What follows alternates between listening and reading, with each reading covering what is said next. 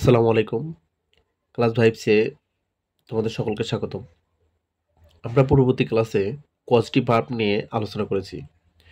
আজকে আমরা কজেটিভ ভার্বের ৩য় ক্লাস নিয়ে আমরা আলোচনা করব। আমরা জানি কজেটিভ ভার্ব হচ্ছে যে ভার্বটা সাবজেক্ট আর অবজেক্টকে কাজ করিয়ে নেয়।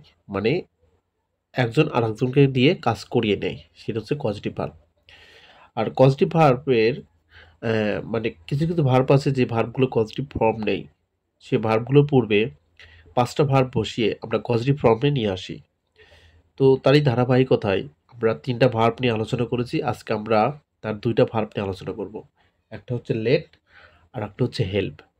আ আমরা যারা কজেটিভ ভার্বের পূর্বের পূর্বের কয়েকটা ক্লাস আমরা দেখি নেই, তাদেরকে বলব যে পূর্বের কয়েকটা ক্লাস ২টা ক্লাস অবশ্যই দেখে আসবে। অবশ্যই দেখে আসবে, তাহলে তোমাদের এই ক্লাসটা দেখতে অনেক সুবিধা হবে। তো আমি কথা বাড়াবো না, মূল ক্লাসে চলে যাই। লেটের ব্যবহার। আমরা এই লেট শব্দটা নিয়ে সবাই পরিচিত। এইটা আমরা সেন্টেন্সে আমরা ব্যবহার করি।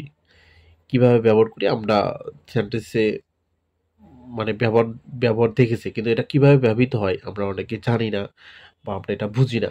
আমরা হরহামেশাই ভাবে আমরা এটা ব্যবহার করি। তো আজকে আমরা এই লেটের পজিটিভ ফর্মটার একটা ব্যবহার আমরা জেনে নিব আজকে। লেটের যখন একজন ব্যক্তি কর্তৃক আরেকজন ব্যক্তি বা বস্তুকে কোনো কাজ করার অনুমতি দেওয়া হয়, তখন সেটা পজিটিভ ফর্মে লেটের ব্যবহার করা হয়। অর্থাৎ একজন ব্যক্তি যখন আরেকজন ব্যক্তিকে অনুমতি দেবে, সেক্ষেত্রে আমরা এই লেটের ব্যবহারটা করব। একটা কাজ করতে গেলে যখন একজন আরেকজনকে অনুমতি দেবে, তখন সেক্ষেত্রে লেটের ব্যবহার করতে হবে। আচ্ছা, আমরা লেটের ব্যবহারটা কিভাবে করতে হয় এটা আমরা জানলাম। এর স্ট্রাকচারটা আমরা জেনে নিই। স্ট্রাকচারটা হচ্ছে প্রথমে সাবজেক্ট, তারপর হচ্ছে লেট, তারপরে ব্যক্তি বা বস্তু, বাচক একটা অবজেক্ট থাকবে। এখানে ব্যক্তি বস্তু যে কোনোটাই থাকতে পারে। আমরা পূর্ববর্তীতে আমরা কিছু ভার্ব দেখেছিলাম যে ব্যক্তি থাকলে তারপরে ভার্বটা চেঞ্জ হয়, বস্তু থাকলে ভার্বটা চেঞ্জ হয়। কিন্তু এখানে হচ্ছে ব্যক্তি বস্তু যেটাই থাকুক না কেন, নট ফ্যাক্ট, আমাদের যে কোনো অবজেক্ট থাকলে তার পরবর্তীতে কি হবে? ভার্ব অন হবে, অর্থাৎ ভার্বের প্রেজেন্ট ফর্ম হবে। তাহলে আমরা কি জানলাম? প্রথমে সাবজেক্ট, তারপর হচ্ছে তোমার লেট, তারপরে একটা অবজেক্ট থাকবে, সেটা ব্যক্তি অথবা বস্তু হতে পারে, তারপরে ভার্ব অন হবে। তাহলে দেখো, আমি তার এক্সাম্পলও দিয়েছি। হি লেটস হার গো অ্যাব্রোড, সে তাকে বিদেশে যাওয়ার অনুমতি দেয় বা দিচ্ছে। তাহলে প্রথমে হচ্ছে সাবজেক্ট, আমাদের মূল এটা হবে হচ্ছে সাবজেক্ট, তারপর হচ্ছে লেট, তারপরে এখানে একটা অবজেক্ট আছে, সেটা ব্যক্তি বস্তু, এটা অবশ্যই ব্যক্তি বস্তু অবজেক্ট। তারপরে যে ভার্বটা থাকবে, এই ভার্বটা হচ্ছে কি হবে? ভার্ব অন হবে। আমাদের যদি আমাদের রাইট ফর্মে ভার্বতে থাকে, অথবা সেন্টেন্স কারেকশনে থাকে, অথবা কমপ্লিটিং সেন্টেন্সে থাকে, অথবা বিভিন্ন পরীক্ষায় থাকে, এই ভার্বটা আমাদের চেঞ্জ করা থাকবে। ভার্ব অথবা ভার্বের সাথে আইএনজি দেওয়া থাকবে, অথবা ভার্বের পাস্ট পার্টিসিপল ফর্ম দেওয়া থাকবে, অথবা টু প্লাস ভার্ব থাকবে। এরকম অনেক কিছু থাকতে পারে। কিন্তু আমাদের মূল টাক্সারটা জেনে থাকলে আমরা এই ভার্বটা সঠিক রূপটা আমরা বসাতে পারবো। আচ্ছা, আমি তোমাকে এখানে ফুলটা লিখে দিয়েছি, এখানে সঠিকটাই আমি এখানে বসিয়ে দিয়েছি। তাহলে দ্বিতীয় সেন্টেন্সটা আমরা খেয়াল করি। তৃতীয় সেন্টেন্স হচ্ছে প্রথমে সাবজেক্ট, তারপরে লেট আছে, তারপরে একটা অবজেক্ট আছে, তারপরে যে ভার্বটা থাকবে সেই ভার্বটা আমাদের কি হবে? ভার্ব অন হবে। তারপরে বাকি অংশ থাকবে। তাহলে I let him come home. তাহলে ভার্বের প্রেজেন্ট ফর্ম এখানে ব্যবহৃত হয়েছে, কারণ আমরা জানি যে সাবজেক্ট প্লাস লেট প্লাস ব্যক্তিগত বস্তু, তারপরে যে ভার্বটা থাকবে সেটা ভার্ব অন হবে। তার মানে I let him come home, আমি তাকে বাড়ি যাওয়ার অনুমতি দিয়েছিলাম। এই যে একজন ব্যক্তি যখন আরেকজন ব্যক্তিকে কোনো কিছু করার অনুমতি দেবে, সেক্ষেত্রে আমাদের লেটটা ব্যবহার করতে হবে। আমরা আশা করি যে লেটটা কিভাবে ব্যবহার করতে হবে, কোথায় ব্যবহার করতে হবে, এটা আমরা জানলাম এবং এই স্ট্রাকচারটাও আমরা জানলাম। তো তোমাদেরকে অবশ্যই স্ট্রাকচারটা সুন্দরভাবে মাথায় নিতে হবে। প্রথমে সাবজেক্ট প্লাস লেট, ব্যক্তি অথবা বস্তুবাচক অবজেক্ট থাকবে, তারপরে যে একটা ভার্ব থাকবে সেটা ভার্ব অন হবে। আমরা লেটের ব্যবহারটা জানলাম। তারপর আমরা জানবো হচ্ছে হেল্পের ব্যবহার।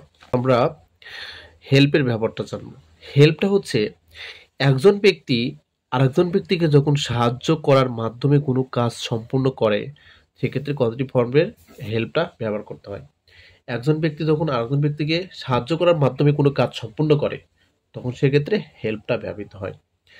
স্ট্রাকচারটা হচ্ছে প্রথমে সাবজেক্ট, তারপরে হেল্প, তারপরে যে ব্যক্তিবাচক একটা অবজেক্ট থাকবে।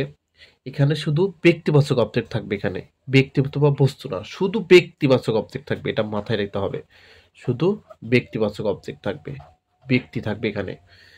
তারপরে থাকবে কি ভার্ব অন হতে পারে অথবা ইনফিনিটিভ, অর্থাৎ টু প্লাস ভার্ব অন। তাহলে সাবজেক্ট প্লাস হেল্প ব্যক্তিবাচক অবজেক্ট, এখানে একটাই অবজেক্ট থাকবে, সেটা হচ্ছে ব্যক্তিবাচক অবজেক্ট। আমাদের শুধু এই পজিটিভ ভার্বে ব্যক্তি এবং বস্তু, এইটা আমাদেরকে খেয়াল রাখতে হবে। আচ্ছা, এই বাক্যে ব্যক্তি থাকবে এবং তারপরে ভার্বটা যেটা হবে সেটা ভার্ব অন হতে পারে অথবা টু প্লাস ভার্ব হতে পারে। আমরা উদাহরণের মাধ্যমে এটা বিষয়টা বুঝিয়ে নিই।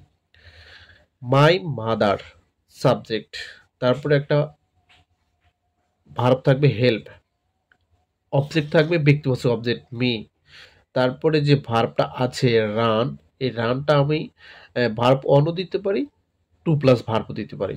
তারপরে মাই বিজনেস ওয়েল, ওই বাক্যটা আমি এখানে লিখেছি মাই মাদার সাবজেক্ট হেল্প ব্যক্তিবাচক অবজেক্ট, এখানে একটাই অবজেক্ট থাকবে, সেটা ব্যক্তিবাচক অবজেক্ট। এবং এখানে যে ভার্বটা থাকবে সেই ভার্বটা ভার্ব অন হতে পারে, টু প্লাস ভার্ব হতে পারে। আমি এখানে ভার্ব অন দিয়েছি, তার পরবর্তীতে ভার্বটা আছে টু প্লাস ভার্ব দিয়েছি। তার মানে এখানে আমরা ভার্ব অন দিলেও এটাও রাইট দিব, টু প্লাস ভার্ব থাকলে এটাও আমরা রাইট দিব।